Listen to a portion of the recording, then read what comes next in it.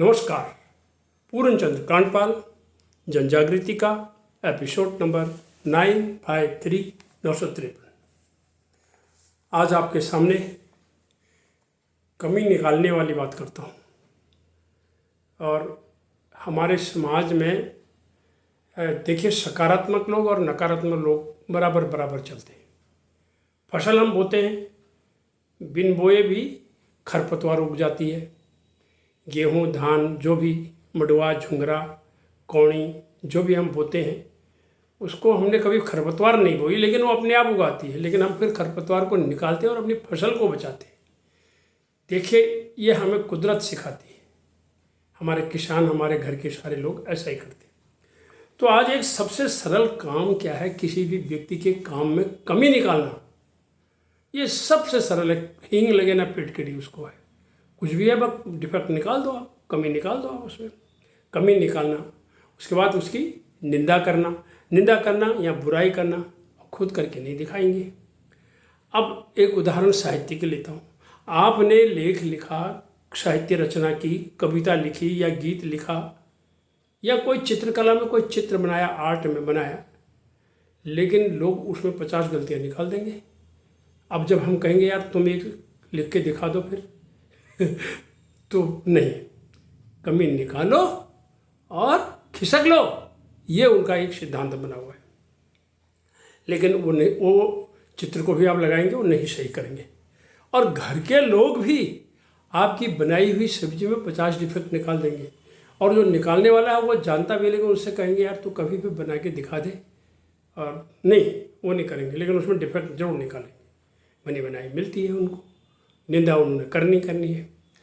तो इसमें एक कहानी में एक छोटी सी है, इसमें मैंने सुनी है, बहुत पहले से ही चलती आई है। एक चित्रकार ने एक चित्र बनाया और बना करके चौराहे पर उसको टांग दिया और ऊपर से लिख दिया इसमें कोई कमी है तो बता दें। जब वो शाम को वहाँ गया तो उसमें कई लोगों ने निशान लगा रखे थे। यानी वो ये कहना चाहते थे कि यहाँ गलती है, यहाँ गलती है, यहाँ गलती है, यहाँ गलती। फिर दूसरे दिन उसने ये कहा जो कल आपने गलती निकाली थी, कृपया उसको ठीक कर दीजिए। ऐसा बोर्ड लगा करके फिर एक और आर्ट टांगा।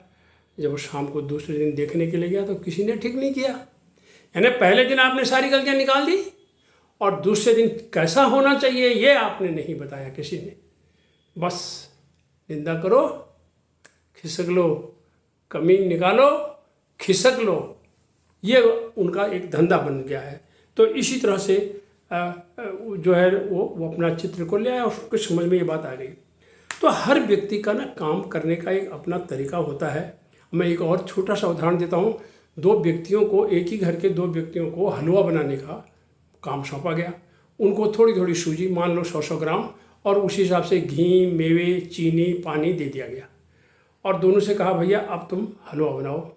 थोड़ी थोड़ी सूजी दी और एक दूसरे से दूर रखा उनको। फटाफट एक ने बनाया, उसके बाद फिर दूसरे ने बनाया। जब हलवा बन गया तो हलवा बनने के बाद जो हमने उसमें देखा, उसके स्वाद में फ़र्क था, दोनों के रंग में फ़र्क था, दोनों का जो कंटेंट है यानी जो प्रोडक्ट है उन्होंने बनाया वो भी थोड़ा, क्योंकि एक ने पानी ज़्यादा डाल दिया होगा, एक ने कम डाल दिया होगा, वो कुछ ज़्यादा दिख रहा होगा, वो थोड़ा कम दिख रहा होगा। यानी वो दोनों में ही फ़र्क था, स्वाद में भी फ़र्क। लेकिन जबकि चीनी, सूजी, ड्राई फ्रूट यानी जो भी उसमें पड़ता है और पानी डालने की छूट थी, वो सब बिल्कुल बराबर था। तो अर्थ क्या निकला इसका कि जब दो व्यक्ति इसी तरह से, अगर हम कितने को देंगे, आप 10 को दे दीजिए, 10 का हलवा अलग अलग होगा। 10 को आप सब्जी बनाने का ये इसी तरह से दे दीजिए, सबका अलग अलग होगा। तो ये हर एक का अलग है, इसमें कभी भी जो है एक रूपता हो ही नहीं सकती। तो मैं इतना ही कहना चाहता हूँ, हमें निंदा से, कमी निकालने से वैसे तो बचना चाहिए, लेकिन जिसकी कमी निकालनी है गई है उसने भी अपना मनोबल नहीं गिराना चाहिए। क्योंकि संत कबीर कह के गए हैं, निंदक न्यारे राखिए आंगन कुटी छवाए, और बिन पानी साबुन बिना निर्मल करे सुवाए। ऐसे निंदा करने वालों को अपने आंगन में रखो, नज़दीक कुटी बना दो उनके लिए, रह भाई खोई में बैठ जा, और बैठ करके बिना, फिर क्या कह रहे हैं, आपके शरीर का यानी आपके स्वभाव का साबुन नहीं लगा, पानी लगा, कुछ नहीं लगा, ऐसे हो जाएगा। क्योंकि वो आपकी त्रुटियां बता रहा है, निंदा कर रहा है। आप सोचोगे थोड़ी देर के लिए इसने जो निंदा करी है, जो कमी निकाली है, कि वास्तव में थी या नहीं थी। थी तो ठीक कर लो, नहीं थी तो उसको छोड़ दो। इग्नोर कहते हैं जिसको आजकल, तो इग्नोर कर दो उसको। तो कुल मिला करके इसलिए निंदा से, आलोचना से विचलित नहीं होना चाहिए, उनसे सीखना चाहिए और अपने को सुधारना चाहिए। क्योंकि सुधार भी, क्योंकि कोई व्यक्ति संसार में परफेक्ट नहीं है, परफेक्टनेस तो हो ही नहीं सकती, उसकी तो लिमिट है। वो जो एक बढ़िया बनाएगा और बढ़िया बनाएगा।